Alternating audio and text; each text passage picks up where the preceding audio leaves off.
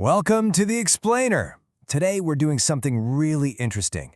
We're going to give some of India's biggest, most important companies a full financial health checkup. I'm talking about the massive banks.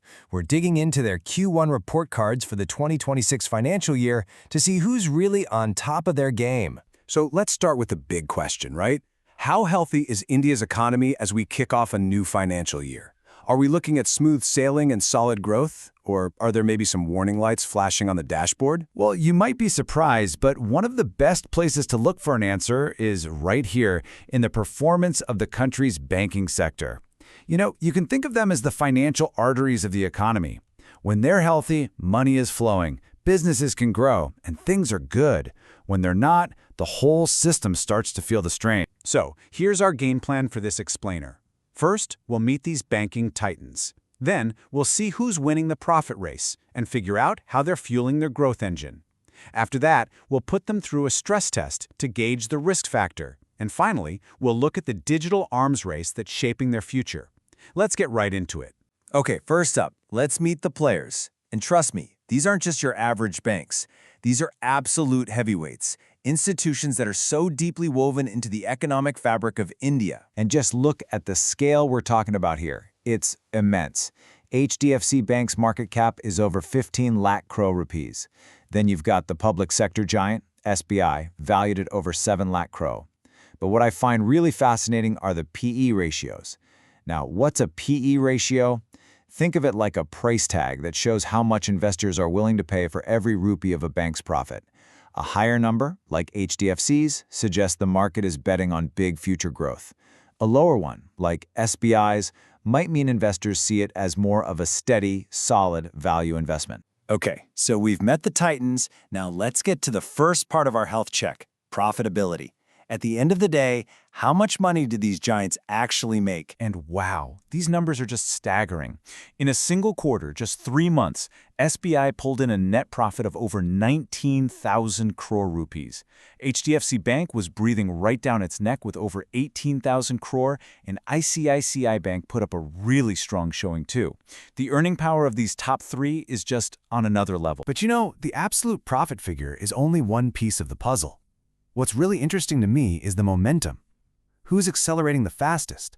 And here, the story changes a bit. ICICI Bank is actually leading the pack, growing its profit by 15.5% compared to last year. Kotak isn't far behind either. This shows you that while some banks are bigger, others are actually growing their earnings much, much faster. So, where are all these massive profits even coming from? Well, it all goes back to the core business of banking, right?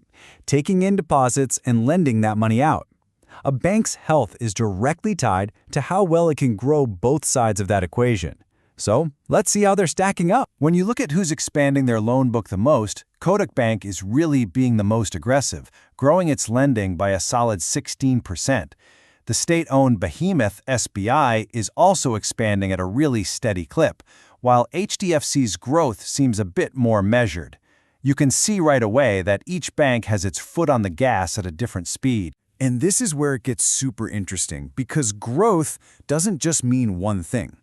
These reports show they're all chasing growth in different ways. Axis Bank, for instance, is making a huge push into lending for small and medium businesses. Meanwhile, HDFC is going for a more balanced mix between individual retail loans and big corporate lending. It's a fascinating look at two very different game plans aiming for the same goal: expansion. But hold on. Growing aggressively can be a double-edged sword. Lending out more and more money is fantastic, but what happens if people can't pay it back? And that brings us to maybe the most crucial part of our health check: risk. Okay, before we dive into the numbers, let's quickly get on the same page with a key term: NPAs, or non-performing assets. All it really means is a loan that's gone sour. The borrower has stopped paying, and now it's a problem, or risk, on the bank's books. So for this metric, just remember, lower is always better. And when we look at the results of this risk report, wow, this is incredibly telling.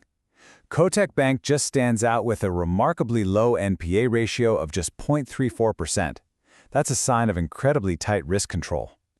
HDFC and Axis are also looking really healthy, neck and neck around 1.4%, which shows they're also doing a good job of managing their loan quality. And hey, don't just take my word for it. The banks themselves are shouting this from the rooftops. This is a direct quote from SBI's own investor presentation.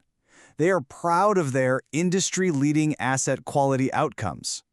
This proves that managing risk isn't just some boring footnote. It's a headline achievement, a major selling point. Okay, so we've looked at the present. Now let's shift gears and look towards the future.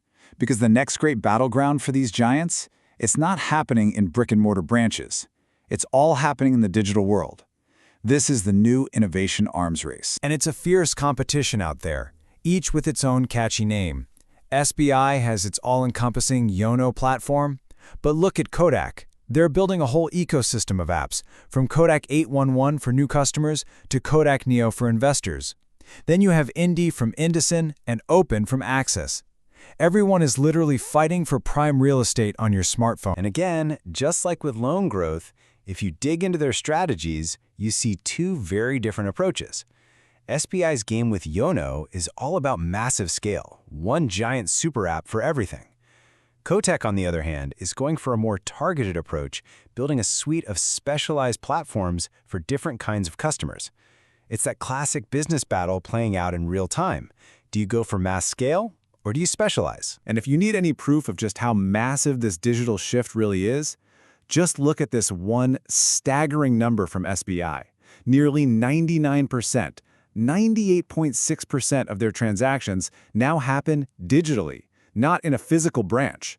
The revolution isn't coming.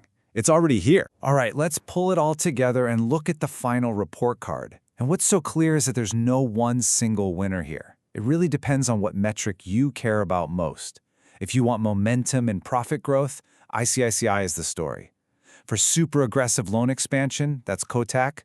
And for best-in-class risk management, well, Kotak's incredibly low NPA number is pretty much untouchable. Each bank reveals its own unique combination of strengths. So why should you care about all these numbers? Because at the end of the day, a healthy, profitable, and well-managed banking sector is the bedrock of a stable economy. It means businesses can get the credit they need to grow, which creates jobs. And for all of us, it means our savings and our investments are in safer hands. So these banks have definitely passed their first quarter health check, and with really strong grades. But the global economy is, well, it's a complicated place. So the final question really is, can they keep this performance up? Can they continue to balance that hunger for growth with smart, prudent risk management in the quarters to come? That is going to be the real test. Thanks for joining us for The Explainer. We'll see you next time.